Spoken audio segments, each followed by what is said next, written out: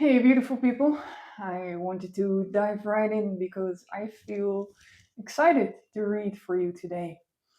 And I hope that wherever you are, that the weather is as good as it is here in the Netherlands. Finally, spring came around. Even though it is the beginning of March and we are actually still in a little bit of winter, spring is here, and oh, that makes my body relax in so many ways. The sun is out, the warmth on your skin, the birds chirping. It is beautiful. It's everyone and everything coming back to life again. So we have just been through a very interesting, I wouldn't use the word portal, but an interesting wave of a combination of energy guided by the full moon eclipse, and we are in the Mercury retrograde until the shift of the 20th of March into the 21st. And before I knew that all these planetary shifts were occurring, I felt like, wow, this is intense. I don't know how it was for you, but I felt this, this intensity, this pull, this grasp almost. Like, okay, there's something you need to look at. We need to look at collectively at this moment in time. And that is how that works, you know? The planets, they do their thing, they bring a shift in energy, and suddenly everything shifts, like the topics that we are in, and also what we are in personally, of course, with our own zodiac sign. But right here, right now, we are here for the collective. And a very important topic that this full moon combination brought is the topic of control and releasing attachments. Maybe you've noticed within your own life or within the world stage that the topic of control is very present. Let's first go into our own lives. Have you noticed how much you personally are attached to outcome? I also ask myself this question. And it's very interesting to take this question with us at these times because it can show us how much we want certain outcomes.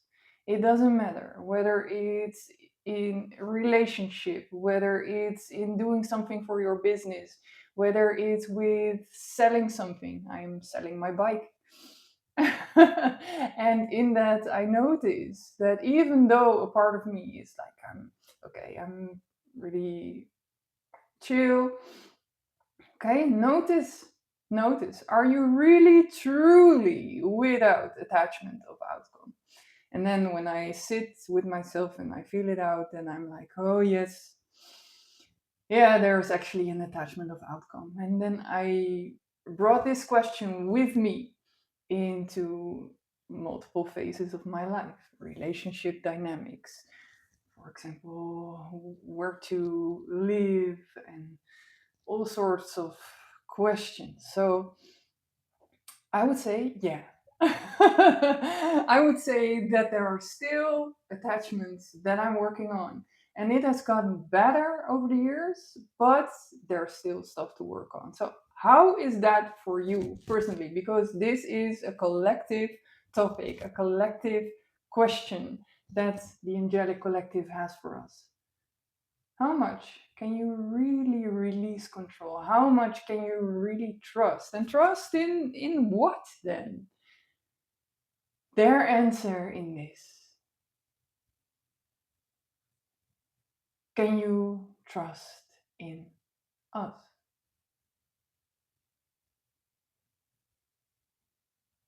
Can you trust in the flow of life? Can you trust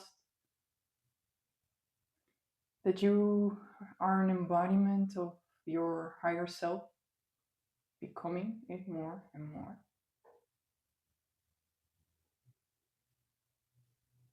Can you release outcomes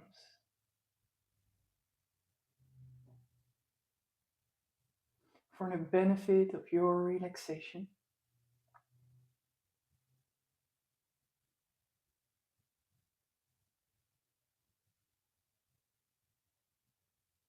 Because those outcomes are probably going to be a whole lot better when you relax. And if you think, why are you talking slowly? It's when the connection gets really strong and I'm letting it come through. Before the reading, I always sit and I ask for their messages. But also the alignment is there while I do these recordings. So that is what is happening then. Another important thing they showed me is that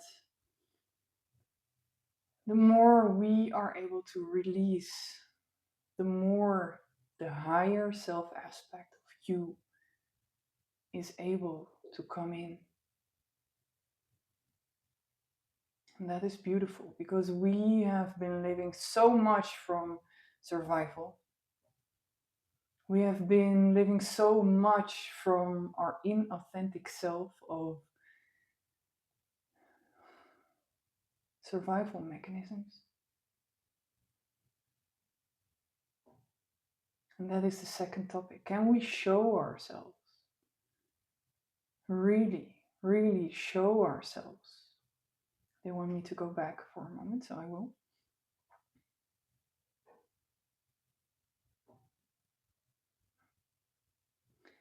That this relaxation is bringing about greater possibility for your higher self to connect to your crown, and from there to come into your bodily system. All the talk about this time, this day and age being so important is true. The biggest shifts that we can make right now is to connect fully to our higher selves and to live from there. And that's a challenge because we have all these personality aspects that are really quirky and that really want to do another thing. The more we listen, the more we live from the guidance of our higher self, the more we connect that to our vessel. That is the whole deal here. That for a very long time we've been so disconnected. We've been so distracted.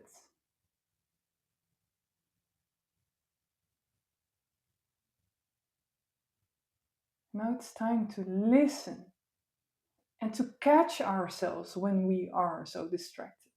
It's so easy to go online and to be busy with Facebook or Instagram or YouTube.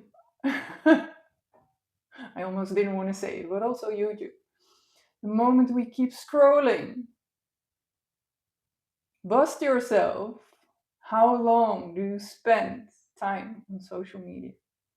And what would happen if you would leave your phone for the majority of the day? The more you are out in nature with your feet on the grass, meditating, connecting to your higher self, the more you are able to live from your authentic self. That's their message for us. And that authentic self, that is something that can be very, very vulnerable. Yeah. Being authentic with you on this channel, I always say I'm in it just as much as you are. It's a collective thing, no gurus here. We are all living this human experience. And we are being challenged to show more of our authentic selves. And that is beautiful. I'm getting very happy and excited. It feels like freedom and a revelation to do that fully. How much are you living your authentic self? Are there parts of you that you are hiding? Probably. For most of us, that is a yes. There are always parts of us that we try to hide. that we try to hide. So I will continue to bring as much authenticity to you as I possibly can. My personal journey at this time with authenticity, it is in relaxing when I'm surrounded with people and fully being myself. Someone on YouTube had a very beautiful question. Who did you have to be as a child growing up to be loved? I found that such a beautiful, beautiful question. Who did I have to be? I had to be complacent, not speak my truth, otherwise, I was an irritation for my parents. I had to be handy and technical, and I got the message that I wasn't handy and technical. So now, when I do things that are with uh, handiwork, then I'm really proud of myself. And I'm still like, yes, do you see it? I can do it. Yeah. And there's an emotion that arises. So it's still important for me to work on that. What is it for you? I had a conversation with someone that works and also speaks on stage and in front of camera, and she said, then I am bringing also persona to show myself fully, authentically. That is sensitive. So what we created here is a world where we expect way too much of each other. You have to be always beautiful, you have to look good, you have to have everything in order, you have to have this life that people look up to. Why not just be? That's something to look up to. To be. I would be very happy to live somewhere in a remote valley and then in a mud house, and my only contact with the world being making these readings and chatting a bit with you guys. Sometimes some human interaction here and there, but for the rest I would be okay. Yep. So releasing control is also important in showing ourselves more fully, more authentically.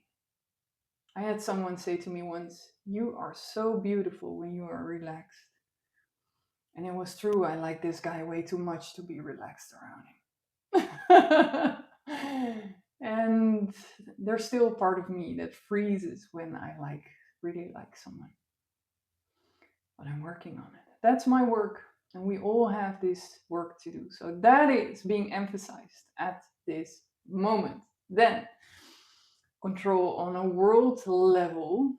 And they had a very typical word with that, diocese. And what they meant to say was, and I feel the pressure when I tune into that energy.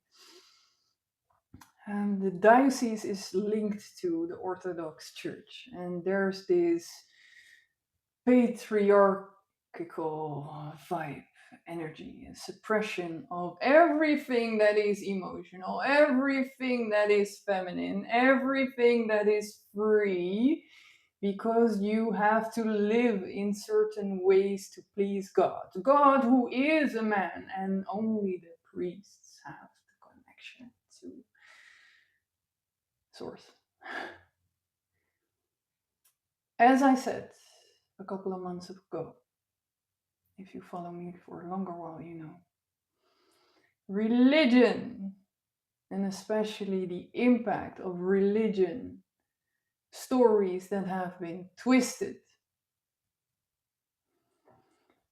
that is a big topic for this year. And we are seeing it also in Iran with the Islamic regime. I don't know how much people want freedom from their religion or from suppression, but many times it goes hand in hand. And that is all over the world. It doesn't matter what religion. And if you are a religious friend, I'm very sorry, but this is my stance on this. Why is that? Why is it that I take this stance? It is not because I learned something in the spiritual scene. No, it is because what the Angelic Collective showed me. And they showed me that all the saints that the church promotes, they weren't connected to the church of the Pharisees and the Sadducees. They were about your connection with the divine. And that is what we are working on now. So if you want to take it back to that time, it was the Essenes, a community that lived in the highest alignment with Source. They were fully aligned with their higher selves. And everything that Michael showed me, I later on read in books. Specifically, the work of Helena Blavatsky. And that is why I personally trust. I trust in what I receive by channeling, not what is written in a Bible, in a Torah, it doesn't matter. So much has been twisted, also in the Quran. Doesn't matter what book. I believe in them. I believe in the higher alignment with God, and that each and every one of us can live that ourselves. I know that this will bring up resistance in people who learned otherwise. And as far as I can see, it is indoctrination. It is very smart. Centuries they spent on indoctrinating people to divert from God, to give their power away. God is within you. You're part of Source. You're part of Source. And it is not up to me what anyone believes. No, rather, way much rather, I would have that you would trust in your connection to Source. And that this is something, people, this is something very important in this time. We are so challenged. We are being so challenged. There is a small part of the world that is making the decisions for the entire collective. And everybody feels, or most people feel, like they can do nothing about it. Is that truly so? Is that truly so? Is it maybe that when you get into the full alignment with your higher self and you go live your freedom from that, and we do that together in community, that we are the antidote? Because rest assured that the war, sorry to use that word, that has been written about between dark and light I have a very, very hopeful message to come with that. And that is this: Source is always stronger than any of the energies that you can find on the opposite side. Now, why is that? Some people say all comes from Source. Yeah, that is true. But there's a distinction that Michael showed me. Within the group of seraphim, angels, at the beginning, there was also a group that meddled with humans, that had human interaction, and that really fell in the sense that they fell into matter. And those are the ones that are responsible for all the suppression, all the imprints that we collectively are working through. And man, we are working our ass off. It's quite strong that we are still here, that we are still going strong, that we are still doing our shadow and light work. But you see, these beings at the beginning, those energies, they came from Source. Source is always the overseeing Source. It's always stronger. And that Source is on your side. That Source is on your side. You are part of it. And if you want connection, invite it in. Invite it in, because, like I said before, we are in a realm where we have free will. So if you want to connect to the Angelic Collective, if you want to connect more to Source, let them know. Let them know. You can invite them. You can invite them. And I have a question for you. If you were to live your most authentic and full self, what would you bring the world right now? Because there's no better moment than to go and live it, even though you are working through so many things. We all are. To show it right now, we need you. We need you to shine your light, to be an inspiration for other people. It doesn't matter how big or small you do that. Just do whatever you intuitively feel guided to do. Intuitively feel guided to do. For me, that is making these channelings, these videos in connection to the angelics, bringing healing work on a small scale, on a larger scale, helping people uncover their gifts. It is so important that we do whatever we came to do here. Stand up with me. Stand up. It is time. It is time. Because there are forces in the world that try to dampen our spirit, but we are not going to let them. It is our act of rebellion to be ourselves, to shine our light. That is what we came here to do. That is what we came here to do. So I'm inviting you, get a little cheeky with yourself. What is it that is stirring inside of me? And I'm just going to live it. I'm just going to do it. Show yourself. Good. That being said, thank you. Thank you for listening. Thank you for watching.